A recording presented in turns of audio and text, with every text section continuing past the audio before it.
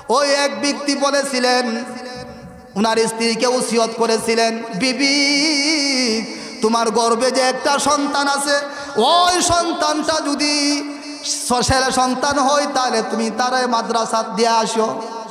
ওই লোক কিছুদিন পরে ইন্তিকাল করলেন। উনার স্ত্রীর গর্ভে একটা সন্তান হয়েছে, ছেলে সন্তান। যখন সন্তান আস্তে আস্তে বড় হইল, কথাবার্তা বলতে পারে, তখন ওই উনার মা হুজুরের কাছে মাদ্রাসা নিয়ে ওস্তাদের কাছে দিয়ে আসলেন আর বললেন, হুজুর আপনি আমার সন্তানটাকে ধর্মীয় ইলম শিক্ষা দিয়েন। হুজুর মাতার আবেদন অনুযায়ী হুজুর সর্বপ্রথম সন্তানটাকে সবক দিলেন বিসমিল্লাহ। কি সবক দিলেন? মাদ্রাসার মধ্যে বিসমিল্লাহর সবক দিলেন। এবার উস্তাদ পড়লেন বিসমিল্লাহির রহমানির রহিম। সন্তানটা বিসমিল্লাহির রহমানির রহিম পড়লেন। বিসমিল্লাহ পড়ার সঙ্গে সঙ্গে আমার আল্লাহ ফেরেশতাদেরকে ডাক দিয়া বলেন, ও ফেরেশতা আর দেরি করো না, তার সন্তান মাদ্রাসার মধ্যে যায় আমাকে স্মরণ করবে। তার আব্বা দুনিয়ার থাকতে গুনাহ খাতা করার কারণে তার আব্বার কবরের মধ্যে জাহান্নামের আগুন দাও দাও করে ধরতেছে। ফেরেশতা রে, তার সন্তান মাদ্রাসার মধ্যে যাইয়া কোরআন তেলাওয়াত করবে আর আমি আল্লাহর নাম স্মরণ করবে, আর তার আব্বার কবরে আযাব দিব, এটা আমি খোদার বরদাস্ত হয় না। যাও অতি শীঘ্রই তার আব্বার কবরের আযাবকে বন্ধ করে দাও। ভাইরা আমার, আল্লাহর কুদরত বোঝা যায় না। ওই সেই দিক দিয়া ছেলেটা বিসমিল্লাহ পড়তে শুরু করলো, আরেক দিক দিয়া আল্লাহর রহমতের সাগরের মধ্যে একটা ঢেউ খেলা শুরু হয়ে গেল। কন্যা সুবহানাল্লাহ। আমার আল্লাহ এই সন্তানটাকে উসিলা করিয়া তার আব্বার কবরকে চিরস্থায়ীর জন্য জান্নাতবাসী বানায়া দিলে। এক জামানা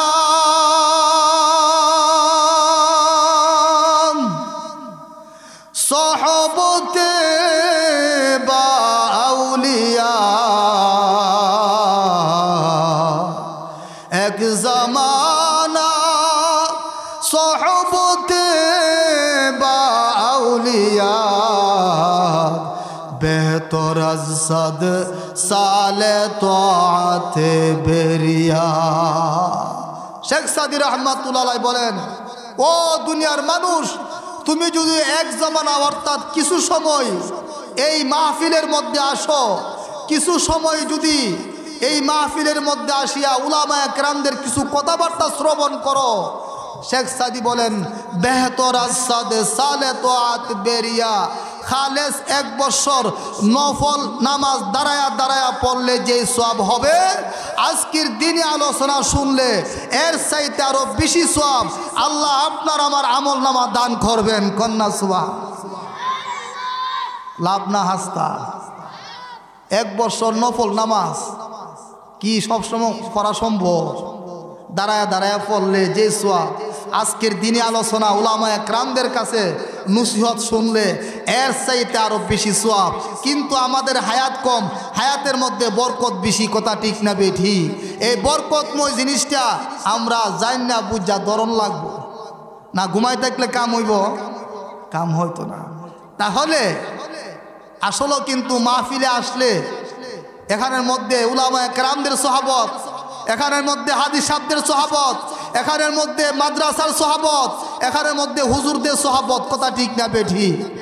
এই জন্য শেখ সাদি বলেন, সহবতে সলে তুরা সলে কুনাদ, সহবতে সলে তুরা সলে কুনাদ, সহবতে তলে তুরা তলে কুনাদ। ও দুনিয়ার মানুষ, তুমি যদি ভালো লোকের সাথে উঠা বসা করো,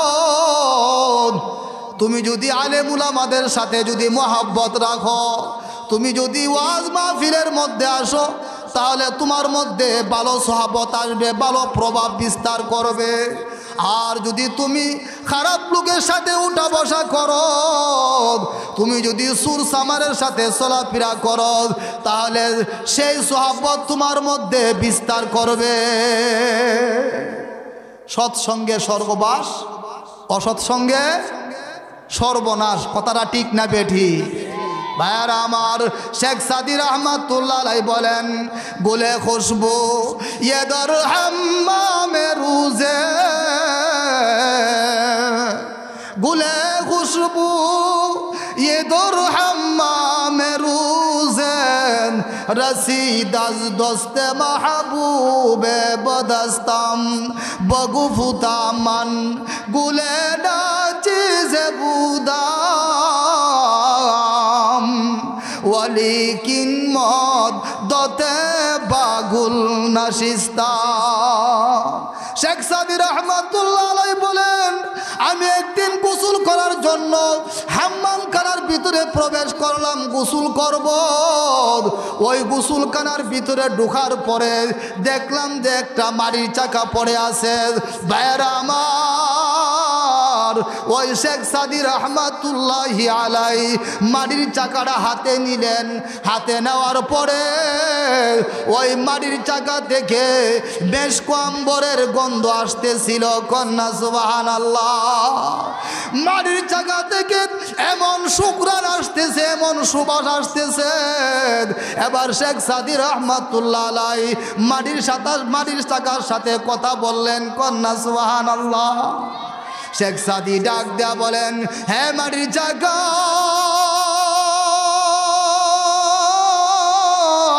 তোমার মধ্যে এত মেশক আম্বরের গন্ধ করে, তোমার মধ্যে এত সুঘ্রাণ লাগে, তোমার মধ্যে এত সুবাস লাগে, তুমি কি আসলে কি মশকে আম্বর নাকি?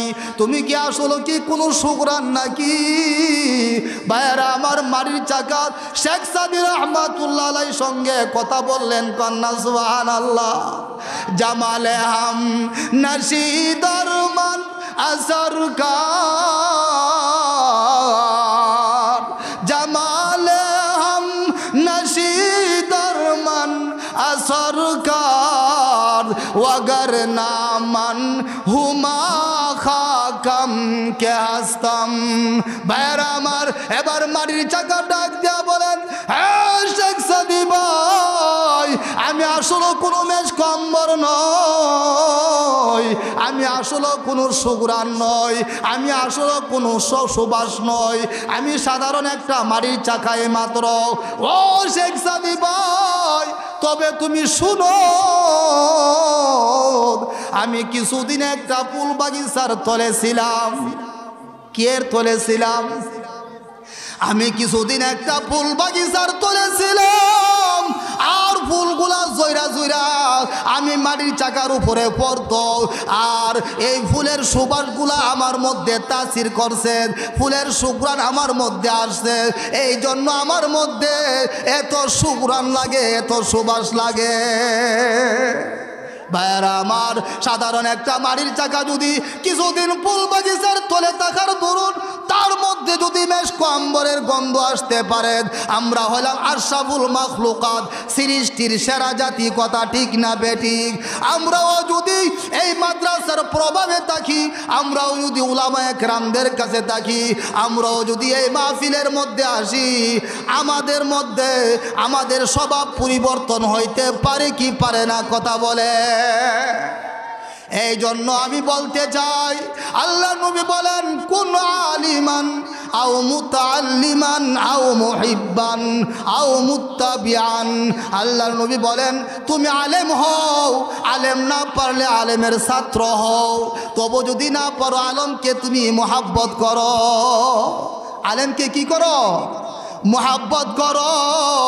আও মুত্তাবিয়ান, অথবা আলেমের কথা তুমি শ্রবণ করো, আলেমের কথা তুমি এরকমভাবে ইত্তেবা অনুসরণ করো। আল্লাহ নবী বলেন, পঞ্চম নম্বর হইতে যাও না, যদি পঞ্চম নম্বরে যাও তাহলে তুমি একবারে ধ্বংস হয়ে যাইবা। ভাইয়েরা আমার, এই জন্য আপনার একটা সন্তানকে মাদ্রাসাতে দিবেন তো দিবেন। সবাই রাজি আছেন তো ইনশাআল্লাহ? কারণ আল্লাহর নবী, বিশ্ব নবী রাহমাতুল লিল আলামিন আলামিন হাদিসের মধ্যে ঘোষণা করেন, মান করাল কোরআন, আল্লাহ রসুল বলেন যেই ব্যক্তি কোরআন শিক্ষা করবে, যেই ব্যক্তি মাদ্রাসার মধ্যে ইলমে দ্বীন শিক্ষা করবে, তা যায় ইয়াউমাল কিয়ামা, কাল কিয়ামতের ময়দানে তার মাতা পিতার উপরে নূরের শাহী তাজ পরানো হবে। কোরআন যারা পড়ছে, যারা মাদ্রাসাত পড়ছে, তাদের খাতিরে মাতা পিতার মাথার উপরে কাল হাসরের মাঠে যেই দিন মাতার আদাত উপরে সূর্য আসবে, ওই সময় তার মাথার উপরে নূরের তাজ পরাইয়া দেওয়া হবে। কন্যা সুবহানাল্লাহ। যেই নূরের তাজ হবে সূর্য থেকে আরো বেশি উজ্জ্বল। কন্যা সুবহানাল্লাহ। তাদের খাতিরে যদি তাদের মা বাপ এত বড় ভাগ্যবান হয়, যারা কোরআন শিখছে তারা কত বড় ভাগ্যবান হবে। এই মাদ্রাসার মধ্যে হেফজুল কোরআন তারা শেষ রাত্রে উঠিয়া নুজুলে রহমতের সময় উঠিয়া কোরআন তেলাওয়াত করে। কথা ঠিক না বেটি?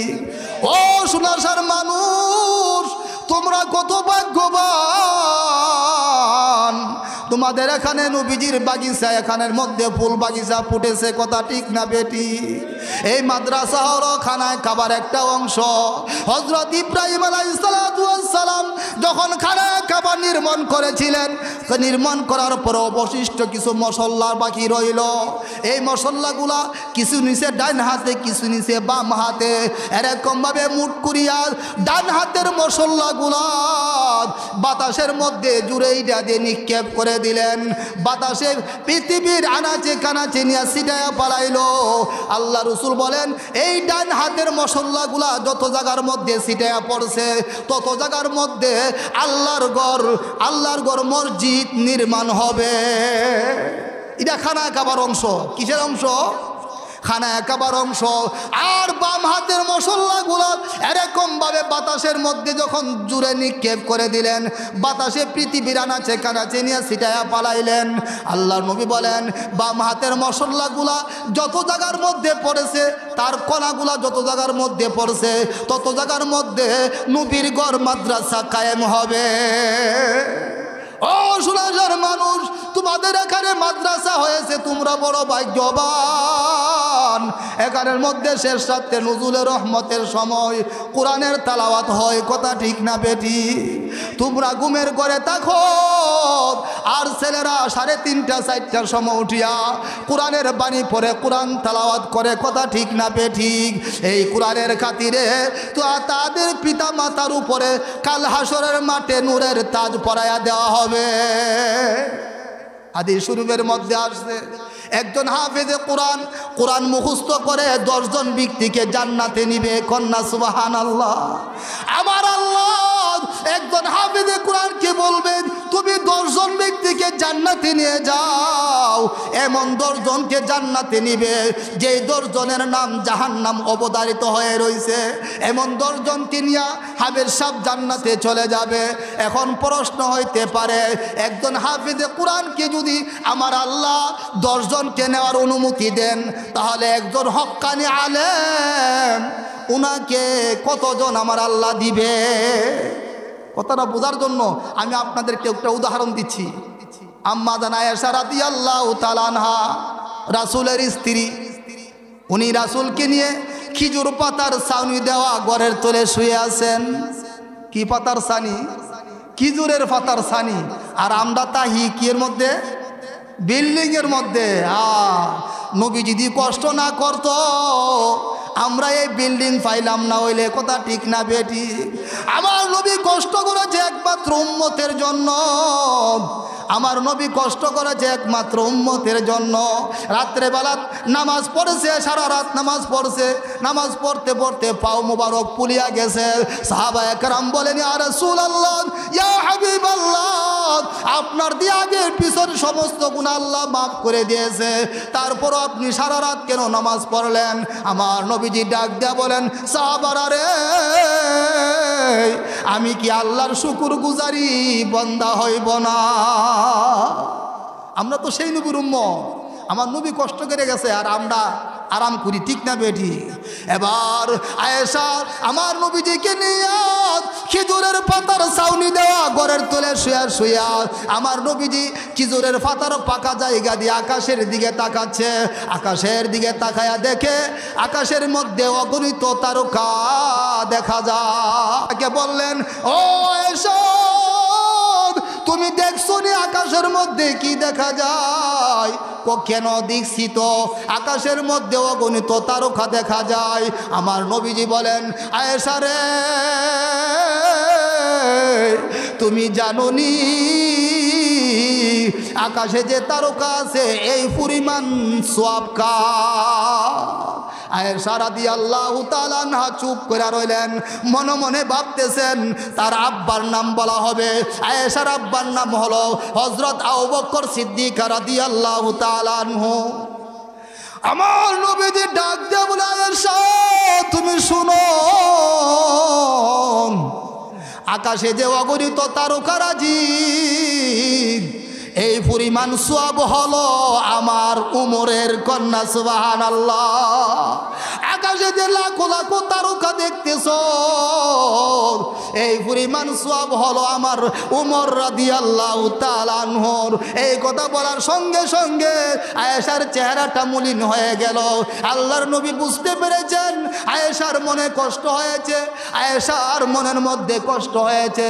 কারণ আয়েশা ভেবেছিল তার আব্বার নাম বলা হবে, এখানে তার আব্বার কথা বলা হয় নাই।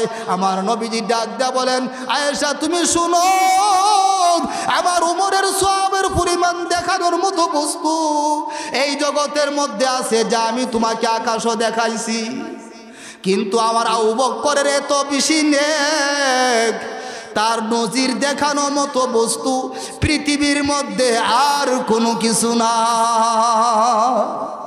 এত নেক আবু বকরের। এই কথা বলার সঙ্গে সঙ্গে আয়েশার চেহারার মধ্যে হাসি ফুটে উঠল। কন্যা সুবহানাল্লাহ।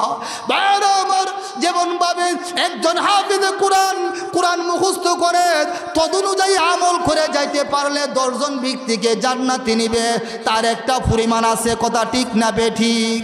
যেমন ভাবে উমরের সওয়াবের পরিমাণ আছে আমার রুবিজি আকাশের মধ্যে দেখাইছে, তেমনি ভাবে একজন হাফিজে কোরআন কতজন লোক জান্নাতে নিবে তারও একটা পরিমাণ আছে।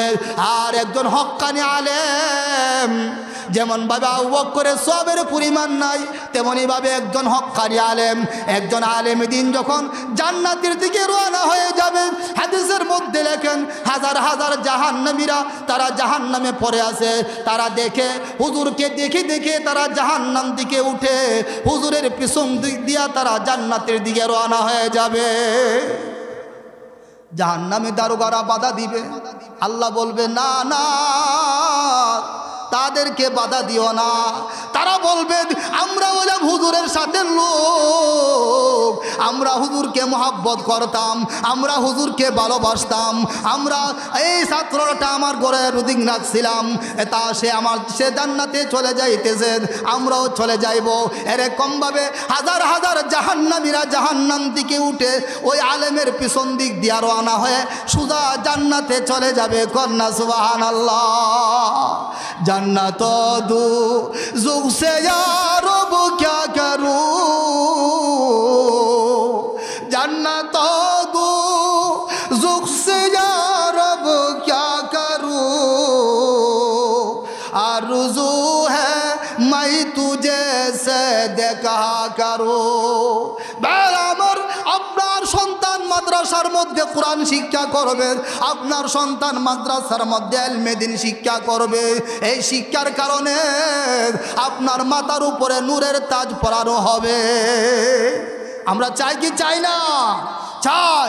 এই জন্য আপনার সন্তানকে মাদ্রাসাত পড়ান, আপনার সন্তানকে ইলমে দ্বীন শিক্ষা করান।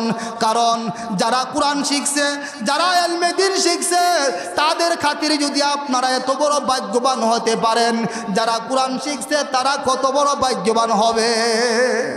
ভাইরা আমার, এই জন্য বলতে চাই, ওই এক ব্যক্তি বলেছিলেন, উনার স্ত্রীকে ওসিয়ত করেছিলেন, বিবি তোমার গর্ভে যে একটা সন্তান আছে, ওই সন্তানটা যদি ছেলে সন্তান হয় তাহলে তুমি তার মাদ্রাসাত দিয়ে আসো। ওই লোক কিছুদিন পরে ইন্তিকাল করলেন। উনার স্ত্রীর গর্ভে একটা সন্তান হয়েছে, ছেলে সন্তান। যখন সন্তান আস্তে আস্তে বড় হইল, কথাবার্তা বলতে পারে, তখন ওই উনার মা হুজুরের কাছে মাদ্রাসাত নিয়ে উস্তাদের কাছে দিয়ে আসলেন আর বললেন, হুজুর আপনি আমার সন্তানটাকে ধর্মীয় ইলম শিক্ষা দিয়েন। হুজুর মাতার আবেদন অনুযায়ী হুজুর সর্বপ্রথম সন্তানটাকে সবক দিলেন বিসমিল্লাহ। কি সবক দিলেন? মাদ্রাসার মধ্যে বিসমিল্লাহর সবক দিলেন। এবার উস্তাদ পড়লেন বিসমিল্লাহির রহমানির রহিম। সন্তানটা বিসমিল্লাহির রহমানির রহিম পড়লেন। বিসমিল্লাহ পড়ার সঙ্গে সঙ্গে আমার আল্লাহ ফেরেশতাদেরকে ডাক দিয়া বলেন, ও ফেরেশতা আর দেরি করো না, তার সন্তান মাদ্রাসার মধ্যে যায় আমাকে স্মরণ করবে। তার আব্বা দুনিয়ার থাকতে গুনাহ খাতা করার কারণে তার আব্বার কবরের মধ্যে জাহান্নামের আগুন দাও দাও করে ধরতেছে। ফেরেশতা রে, তার সন্তান মাদ্রাসার মধ্যে যাইয়া কোরআন তেলাওয়াত করবে আর আমি আল্লাহর নাম স্মরণ করবে আর তার আব্বার কবরে আযাব দিব, এটা আমি খোদার বরদাস্ত হয় না। যাও অতি শীঘ্রই তার আব্বার কবরের আযাবকে বন্ধ করে দাও। ভাইরা আমার, আল্লাহর কুদরত বোঝা যায় না। ওই সেই দিক দিয়া ছেলেটা বিসমিল্লাহ পড়তে শুরু করলো, আরেক দিক দিয়া আল্লাহর রহমতের সাগরের মধ্যে একটা ঢেউ খেলা শুরু হয়ে গেল। কন্যা সুবহানাল্লাহ। আমার আল্লাহ এই সন্তানটাকে উসিলা করিয়া তার আব্বার কবরকে চিরস্থায়ীর জন্য জান্নাতবাসী বানায়া দিলে।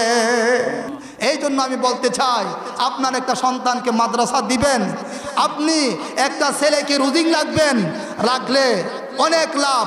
কারণ এই ছেলেটা যদি আলেম হয় আর হাসরের মাঠে এই ছেলেটা আপনাকে তোয়া জান্নাতে যাবে না। এই জন্য আমি বলতে চাই, মাদ্রাসার প্রতি সকলে সুদৃষ্টি রাখবেন। মাদ্রাসাটা কিভাবে উন্নত হওয়া যায়, মাদ্রাসা কিভাবে দিন দিন এরকমভাবে কামিয়াবি হইতে পারে, মাদ্রাসার মধ্যে দান দুঃখীরা করবেন। একটা সন্তান দিয়া, আপনার সন্তান মাদ্রাসাত পড়ে না, বড় হয়ে গেছে, আপনার নাতির এই মাদ্রাসাত পড়ান, একটা আলেম বানান। যদি এই নাতি এই সন্তান যদি আপনার জানাজা পড়াইয়া দেয়, আপনার গুরাজাব মাফ হয়ে যাবে। কন্যা সুবহানাল্লাহ। কবর আযাব দেখছুননি? দেখা যায় না। যাই হোক, হুজুর আয়সা পড়ছে, আমার আলোচনা দীর্ঘায়িত করব না, আমার অসমাপ্ত আলোচনা এখানে সমাপ্ত করে দিলাম। ওয়া আখিরু দাওয়ানা আলহামদুলিল্লাহি রাব্বিল আলামিন। আসসালামু আলাইকুম ওয়া রাহমাতুল্লাহ।